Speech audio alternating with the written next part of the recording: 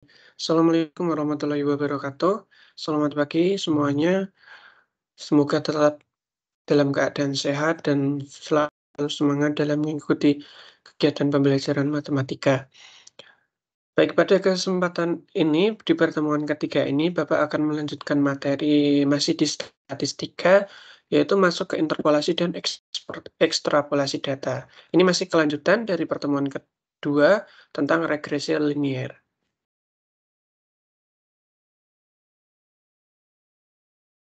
Untuk tujuan pembelajaran pada pertemuan ketiga ini, yaitu menerapkan interpolasi dan ekstrapolasi data berdasarkan suatu persamaan garis regresi linier. Nah, apa sih itu interpolasi dan ekstrapolasi? Nanti akan kita pelajari berikutnya. Nah, ini ada sedikit motivasi buat kalian, yaitu jangan takut untuk mencoba, karena kesalahan adalah bagian dari proses belajar.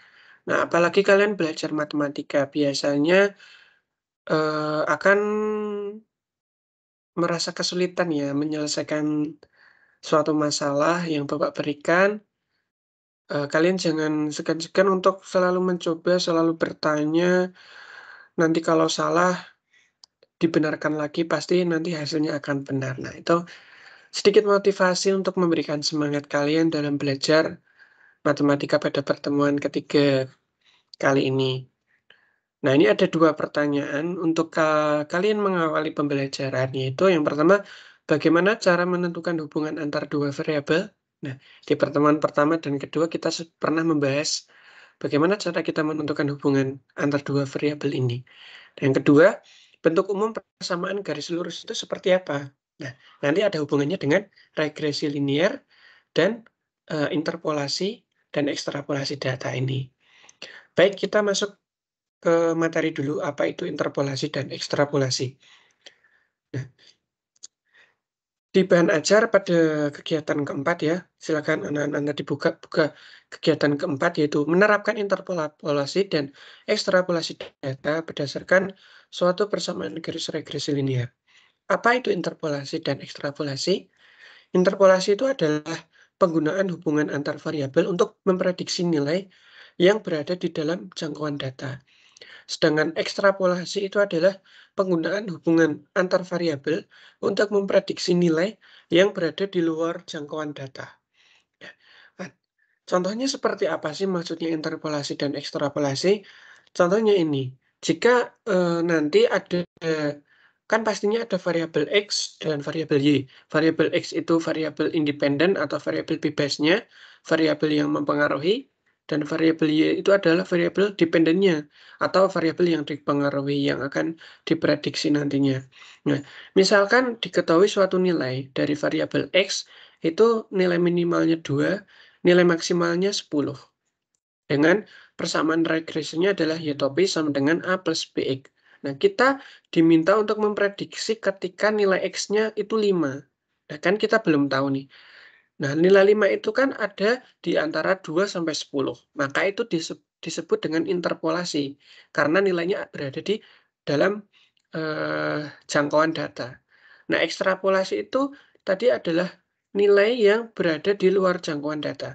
Datanya minimal 2, maksimalnya 10. Maka salah satu contoh bentuk ekstrapolasinya itu X-nya adalah kita ambil 15. Bisa 11, bisa 12. Nah, ekstrapolasinya misal kita ambilkan 15, gitu. Nah, lalu untuk mencari prediksi dari nilai X5 dan X-nya 15 ini, X-nya ini kita substitusikan ke bentuk umum dari persamaan regresinya. X-nya kita ganti 5 dan 15, maka, persamaan Y topi ketika X-nya 5 itu adalah A plus 5B, dan ketika X-nya 15, maka Y topinya adalah A plus 15B. Nah, biasanya nanti nilai A dan nilai B ini, sudah diketahui atau harus kalian cari, tergantung konteks masalahnya. Baik, kita kembali ke contoh masalahnya. Nah, di sini disediakan tabel hubungan antara kecepatan dengan jarak reaksi. Nah, di sini sudah ada persamaan regresinya ya. Persamaan regresinya Y topi sama dengan minus 0,0438 plus 0,2069 X. Perintahnya yaitu hitunglah prediksi jarak reaksi jika suatu mobil bergerak dengan kecepatan 35. Nah, berarti 35 ini kan dia berada di jangkauannya ada di dalam ya, karena di sini minimalnya 20, maksimalnya 70. Maka yang A ini dia termasuk penerapan interpolasi. Nah, yang kedua, itulah prediksi jarak reaksi jika suatu mobil bergerak dengan kecepatan 100 km per jam. Nah, 100 km per jam kan tidak ada nilainya di dalam tabel ini. Maka dia di luar jangkauan data, yaitu dia berarti ekstrapolasi. Nah, bagaimana cara menghitungnya? Nah, ini. Tadi diketahui persamaan regresinya adalah y-topi sama dengan minus 0,0438 plus 0,2069 X. Dengan kecepatannya 35, karena kecepatan di sini kan dia nilai X-nya, maka nilai X-nya kita substitusikan ke persamaan, berarti 0,2069 kali 35 ini hasilnya 7,2415. Nah, maka kita jumlahkan. Ketemunya 7,1979 atau nanti kalau kita bulatkan bisa 7,19 atau 7,20 gitu, tidak apa-apa. Nah, lalu yang kedua, prediksinya dengan kecepatan 100 km per jam. X-nya kita ganti dengan 100, sama seperti tadi. Maka diperoleh hasilnya 20,6462 atau dibulatkan nanti menjadi 20,64.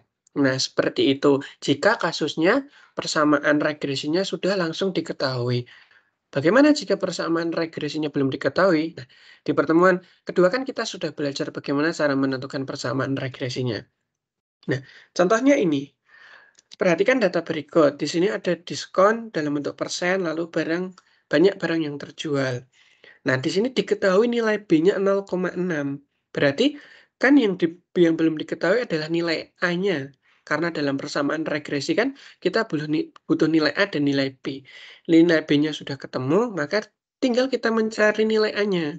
Nah, atau nanti misalkan nilai A-nya yang sudah diketahui, nilai B-nya yang belum diketahui, maka kita harus mencari nilai B-nya dulu. Nah, karena di sini nilai B-nya sudah diketahui, maka kita cukup mencari nilai A-nya saja untuk mendapatkan persamaan regresinya.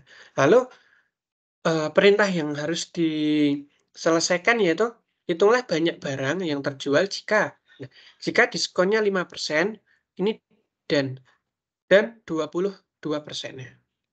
Diskonnya dan 22%. Nah, 5% ini kan berarti dia penempatan dari ekstrapolasi ya, karena ini datanya dari 10% sampai 30%. Nah, 5% ini kan di luar jangkauan data, maka ini dia ekstrapolasi dan 22% ini dia adalah interpolasi karena dia berada di jangkauan data ini atau di dalam tabel ini. Nah, mari kita lihat bagaimana cara penyelesaiannya. Nah, karena tadi nilai B-nya sudah diketahui, nah kita ingat kembali di pertemuan kedua cara mencari nilai A, yaitu Y bar dikurangi dengan B dikalikan dengan X bar. Nah, maka kita perlu mencari Y bar dan X barnya terlebih dahulu. Caranya kan kemarin sudah tahu, yaitu kita jumlahkan seluruh datanya dibagi dengan banyak datanya. Nah, ketemu Y barnya 9, X barnya itu 20. Ya tinggal kita substitusikan saja. B-nya sudah diketahui 0,6, maka 0,6 kali 20 hasilnya 12. Maka 9 dikurangi 12, hasilnya minus 3. Maka kita kan sudah peroleh A-nya minus 3, B-nya 0,6. Maka langsung kita tulis di sini.